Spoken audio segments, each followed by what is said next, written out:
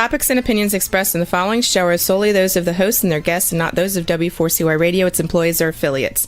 We make no recommendations or endorsements for radio show programs, services, or products mentioned on air or on our web. No liability, explicit or implied, shall be extended to W4CY Radio or its employees or affiliates.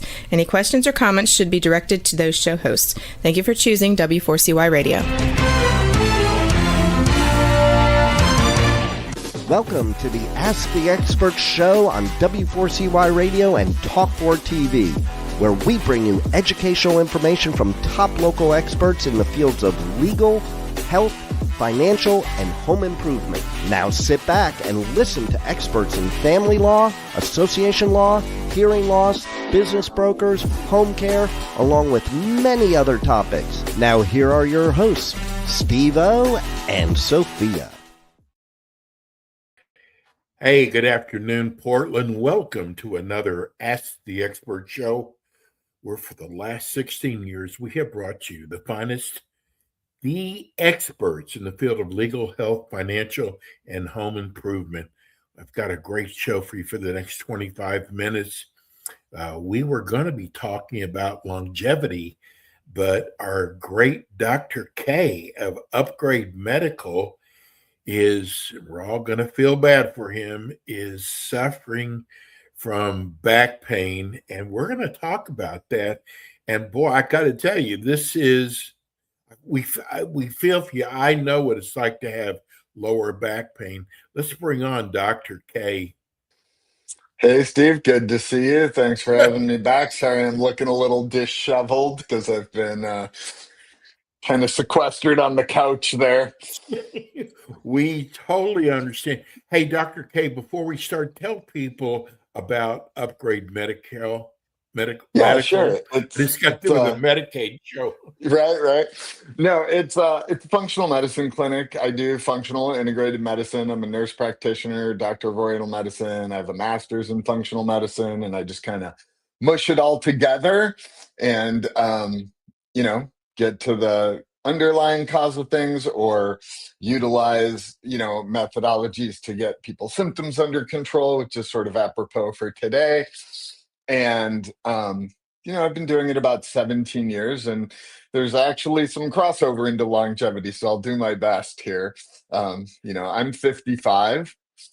So, Which you I'm don't look like it. World. Thank you. I'm 72. That's how good I am. Yes. Hey, at least you haven't lost your sense of humor. So let me ask, are you in pain right now? I am. Yeah. So as long as I'm not moving around, I'm doing okay. It's the moving. So, I was a veteran. And so I have a disability rating. Thank you for your service. Thank you. We'll see if it helped given the current state of the world. But so here's the thing. I used to exclusively do chronic pain and complex disease. We've talked about that before. Right. And part of that was because I have so much chronic pain myself. I applied functional medicine and all these advanced techniques to those things for 17 years, including in hospital settings. And then, now what you're seeing in the kind of longevity, anti-aging world, peptides, all the things, they've become popular because of social media. But all of them can be applied to a lot of different things, whether it's, hey, I want to just anti-age, hey, I want to optimize, or hey, I have these chronic, kind of terrible conditions. What can we do to help? So it's really application, right? Which is true of all medicine. In terms of longevity, let's say I'm a Gen Xer, right? So, these technology and coaching and all of those things has changed a lot, right? When we were young, it was, Yes. Suck it up, walk it off, take a salt tablet, you got your bell rung when you got a concussion. No pain, no gain. Right? No pain, no gain. Pain is weakness leaving your body. Right? That was kind of like our generation. And, we did things thinking they were helpful. And now, years later, as science advances and research comes out, we know that they weren't good. Concussions is a big one in young athletes, and they've been very good about addressing that. Um, Protections and mechanical things, focuses on recovery have all changed. But, a lot of people our age or a little older, somewhere, 40 to 60, is pretty beat up, right? We weren't as good as the younger generations now. We didn't, coaching, science, recovery, diet, right? All of those things come Yes. into play. And so in my case, I was predisposed to a couple things. I have a genetic defect where I don't clear uric acid well. So I've had gout uh, since I was pretty young. Oh, that is And so painful. yeah, and it took a long time to get diagnosed. I got diagnosed in the military because all the trauma and impact kept flaring it. But 18, 19-year-old kids don't get that, so they kept missing it. And so I was predisposed to a lot of arthritises, the gout, and then there's a lot of osteoarthritis in my family, which is one of the most common, most prevalent, pathologies worldwide. And we really have no good treatments. We really don't. We have anti-inflammatories, some dietary lifestyle changes, some physical stuff, but we don't have a direct treatment for it. And so it's a pretty big burden disability-wise worldwide. And, back pain is, of course, a high percentage of that. So in my case, I was predisposed, a lot of osteoarthritis in the family, plus this inflammatory type. And then I was really hard on my body, right? The Gen Xer, right? Did all the things. Yeah. And I was a martial artist. And then I spent 10 years in the military. And, getting pounded on and hit and beaten and jumping out of planes and humping a ruck and running with boots. Who knew? Not great for you, right? Right. And so that Exactly. accelerated a lot of the process. My spine looks like a 120-year-old. So I've suffered from a lot of chronic pain for a long time. I utilize a lot of functional medicine. I have never taken narcotics. There's probably some acute times I could have used them, but I never have. Yeah. Um, Partially of my fear of what they do, since I treat a lot of that. I do it mostly naturally, but that being said, there's times and a place where now we transition away from that to the Western, right? I had managed my back for 20 years with various techniques, from physical therapy, acupuncture, chiropractor, cupping therapies. Now I use deep tissue cryo cold on my neck, targeted therapy. I've used bee venom, which could be a whole nother show, but bee venom is a peptide that has some anti-inflammatory and pain relieving properties. That's put locally. But several years ago, a disc slipped and I was losing feeling in the leg and I couldn't really walk, and Oh, that can cause long-term problems. So I had the disc cleaned up. That kind of led to instability, which is true often. I'm a little biased because I only see failed surgeries, but um, yeah. surgeries can have complications. If you fuse, you can get more arthritis. If you don't fuse, it can become unstable, which is what happened to me. Um, Admittedly, partially my own fault because none of us do as much core work as we should, including me. Um, but and now it's to the point where it probably needs a higher level intervention of stabilization. Now, how do you, if people are considering that or need that, how do you work functional medicine into that? Well, it's the same. It's the same as if we're applying it to anything else, right? You don't eat processed inflammatory foods. You try and optimize your sleep. I just purchased and rented some advanced sleep things for our own bed so that I could be more comfortable, because I was tracking my sleep and then moving so much. I was getting, on average, about less than 30 minutes of deep sleep, which is less than half of what should Wow. be required. So, I did Yes. something like that where the bed moves and adjusts automatically and controls temperature to try and relieve some of that and improve that parameter. I try to eat pretty well. I take recovery blend peptides. I take some herbals that people probably have heard of, like curcumin and boswellia and things like that. fish oils. How did you But treat the gout, Chris? so the gout, I actually am medicated for. I did it naturally for a long time, and it's generally my position. You know, you can do a lot of things naturally, not everything, but you can. Right. But there is a to me, it's about practicality, right? Do I want to take a pound of herbs a day, plus have this super restricted diet, plus do this, plus do that? Or I can take a, very well studied pill that we can see the lab results. So I do that and I put the money and effort into other things, um, you know, to give take. In this scenario, it'll probably be both. I'm going to need another surgery for my back, and it looks like my neck's going to need one. So you can't tell, Oh, but currently this hand on my right hand is significantly colder to the touch than my left because I have some nerve entrapment. And so, that can lead to long-term chronic nerve pain. So we want to get rid of that. So what am I doing? I'm doing, neurological peptides for repair, anti-inflammatory mhm. recovery peptides to just hopefully slow it down, prevent it, and buy myself some time. Still doing all the other things. And when it comes to surgery for each, I'll take an integrated approach, right? I'll do some probably exosomes and mesenchymal growth factors and peptides injected into that area pre and post, or maybe IV. I'll have the surgery and I'll also tie in the peptides to that. And then, the normal stuff, physical therapy, but then I'll add in pulsed magnet and, things like that. So you layer them together. In this case, it's just that functional medicine and the integrated stuff is taking on a supportive role rather than a primary role. And those can sometimes be switched. The Western medicine can take on the supportive, where the functional becomes Right. the primary.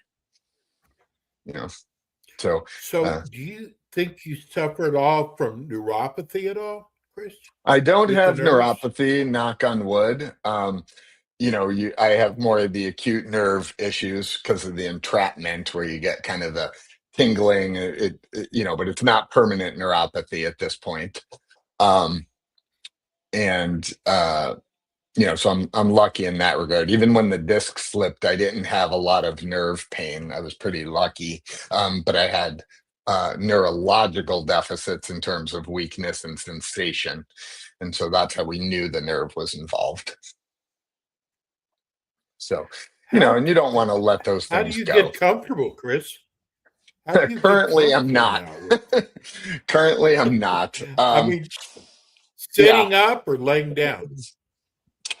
depends on the moment. I've been, using my own equipment, pulse magnet, and deep targeted cold to kind of take the inflammation out, chiropractic to just keep it mobile, and then sleeping on a really hard area, heat packs, sauna, followed by a cold plunge. But I've also been using anti-inflammatory injections. So both and still on my peptides and things. So See, you it's look like you're in such great shape, Chris. it's all the mask, right? No, I mean everybody has things, right? Everybody has things. Right. The goal is to keep them manageable and uh, and to keep a person functioning and to have quality of life even above quantity, in my opinion, right? I'd rather live great years than just crappy long years, right? That's kind of my position. But that's how I sort of gauge it for myself and my patients. When the things you're doing start becoming so cumbersome or so frequent or require so many interventions, maybe it's time to start shifting gears or looking at a different strategy, or your function has gone down so much that now you need to switch strategies. Chris, were you in the health field in the service? I was a Navy corpsman with Force Reconnaissance, which is the Marine Corps Special Operations teams. And then when you got out of the service and you started your practice, was that the reason why you started your practice? from Um, all your experience in the Corps? I mean, that was partially it. I wasn't originally intending to go into medicine. At the time, remember this is I got out in like 2000. Uh, None of that training really carried over, and I had a fair amount of very extensive training. Now today, my same job you'd get out as with a licensed flight paramedic, if not more. But they didn't have that back then, and so when I was kind of debating what to do. I thought, well, if I have to redo everything and it's going to take me 2 years, I might as well just go to grad school. And my joke is that it was a mm. little bit of family guilt too, if I'm honest. Ah! They're like, "Are you going to come home finally? You've been gone for like a decade." So um, big fat Greek Italian family, right? Um, so and then as I went through my journey of school, I started in kind of natural medicine and got the doctorate in acupuncture, oriental medicine, and fortunate enough to go to Bastyr, so I had a fair amount of naturopathy training, and then bridged over because I had the Western training and I lean more scientific, which is why functional medicine's good for me. Became the nurse practitioner and then did the actual degree in functional medicine. But yeah, I mean, my framework, right? You can't help your own health influencing your practice. Right. So I started in a chronic pain center, and myself and my original boss and my wife and a couple other people built a multidisciplinary integrated pain practice for a hospital. Um, and then it's just gone on from there. Hey, Chris, we started promoting your show about 3 days ago, and most of the questions coming in is people want to know what functional medicine is. Mhm. So functional medicine is a philosophy, right? It's a framework of how you approach things, right? It's some people think it's very similar to naturopathy, which I do. I think naturopathy was the incarnation, the first version of this. Um, but I look at it now as it's the bridge between straight conventional medicine and naturopathy, acupuncture, all those things. It's the bridge, right? So it's a very science-based, directed approach that the idea is gets to underlying causes of systems level dysfunctions, right? So if you have chronic fatigue, for example, instead of here's I'm making this up. Here's some, modafinil or Adderall so that you're not tired.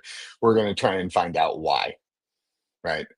And so it's a little different strategic approach. We tend to use more labs, some specialty labs, a lot longer visits because we try to develop a deeper relationship, and there's a lot more questions and timelines and things we consider, like travel and environmental exposures and things like that, so that we can piece these timelines and paint a picture of what's happening. And generally the goal, when possible, uh, is to find either, like, currently if I was a patient, right, it would be what's the primary pain generator. Another person, it might be what's the primary system that is in dysfunction at the moment. Is it immune? Is it digestive? Is it neurologic? What's the primary driver? There's typically multiple things happening, but in a framework we need a starting point and then we expand out from there. Is it always possible? No, but it is always our goal to try. Would you describe your practice to the people who are watching or listening now? Because I know you also deal in longevity.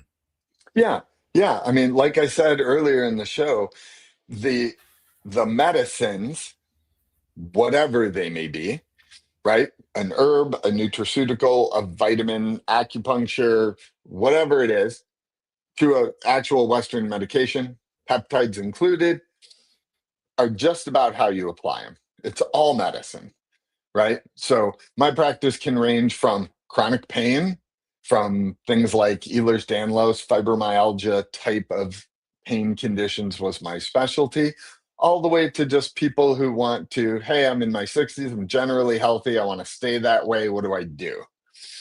right? So it's a pretty big range, but what I'm using and how I'm applying it and how I'm approaching it is all the same. It's just some are more complicated than others, but you're looking at and intervening on those same concepts. Is Yeah, that I describe your practice as you you feel in your body something is not right. You go to the doctor, they run all these tests, and the doctor says there's nothing wrong with you, but you know there is something wrong. Then sure? you go to Chris, right? Yeah, I mean that is, kind of the hallmark of what functional medicine people do, right? It's these amorphous syndromes often that get people in the door, or they're people who are motivated and do a lot of research themselves and are seeking that out, right? Those are probably the two most common things, and that's where like all those extra labs come in, the longer visits, because you want to tease out Right. that timeline, something like somebody that's had long-term GI issues. And I mean, this is a very generic example, but oh, your CT is normal and your colonoscopy is normal and you don't have celiac disease. Well, okay, somebody might come up with, because it's popular, a little more popular now. Oh, you have small intestinal bacterial overgrowth, or maybe not, or it's just IBS. But in that timeline, and this actually occurred. This is actually real, where I had a patient who had all these problems for a very long time, and nobody had asked if you've traveled.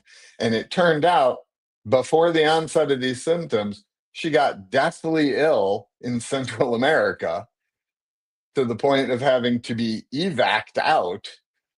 And then Oh, some period of time later, these gastro symptoms started, and nobody really thought to ask or look at that.